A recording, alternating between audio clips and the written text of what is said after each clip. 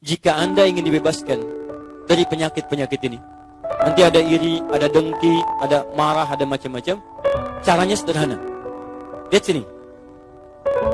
Tadi sumber penyakitnya di mana? Di qalbu. Baik. Pada bagian apa? Nafsu. Baik ya? Masuk ke qalbu. Perhatikan. Sehingga nafsu itu membuat hati tidak tenang. Kita ingin tenang, penyakitnya hilang, hatinya tenang. Dalam bahasa Al-Quran, bahasa Arab, ketenangan hati disebut dengan tumanina. Bahasa kata kerjanya disebut dengan tatmain.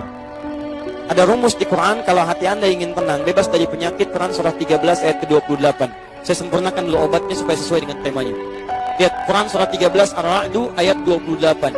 Ala bidzikrillahi tatma'innul qulub. Ini inti suratnya. Ar-Ra'du artinya kilat yang menyambar, halilintar. Kalau Anda dengar halilintar itu hatinya gelisah atau tenang? Gelisah, gak tenang. Ada ujian datang seperti halilintar, menyambar-nyambar membuat Anda tidak tenang. Gelisah, gak bisa tidur, gak bisa makan, susah. Tapi ada orang yang dia punya obatnya. Kalau ujian datang seperti halilintar, hatinya tenang. Apa itu obatnya?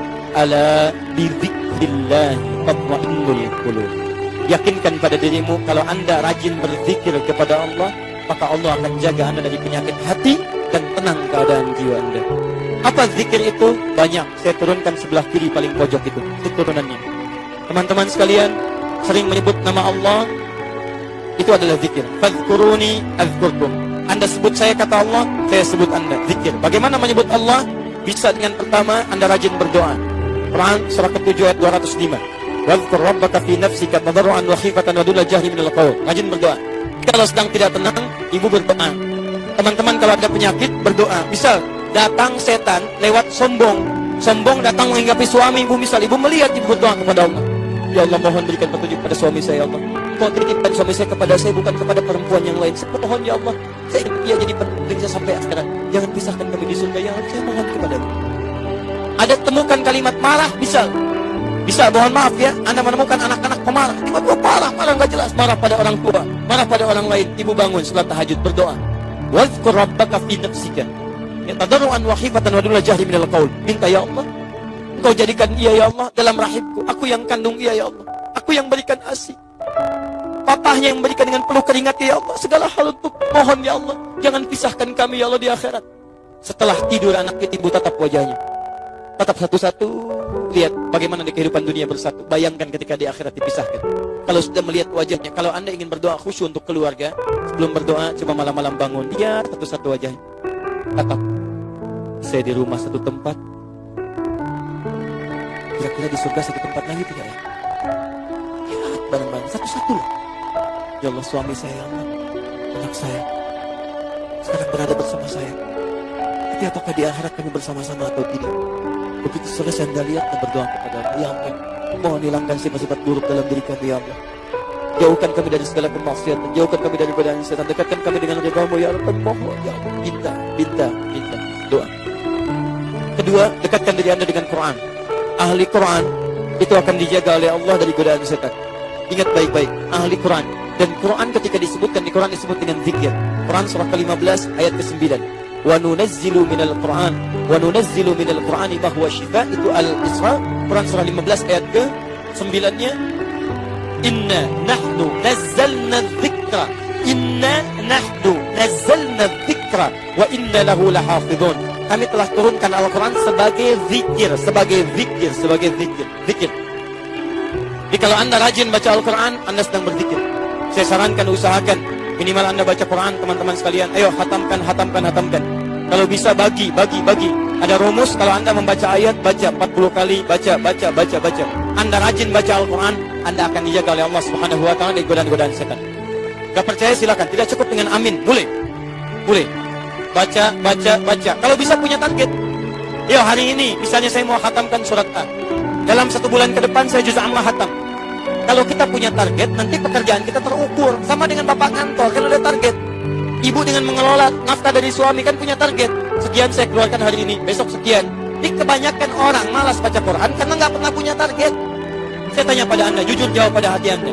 Berapa target Anda baca Al-Quran hari ini? Berapa ayat? Berapa surah? Jangan-jangan sampai siang ini nggak punya rencana baca Quran. Ya bagaimana Anda dilindungi oleh Allah? Karena kalau Anda tidak mendekat ke lainnya. Ini, kalau mau tingkatkan lagi, menghafal Quran. Penghafal Quran dijaga langsung oleh Allah Subhanahu wa Ta'ala. Dan ayatnya akan menumbuhkan obat pada jiwanya. 4 kali disebutkan di Quran surah ke-54. Ayat 17, ayat 22, ayat 32, ayat 40. Walaqad yassarnal Qur'ana lidzikri.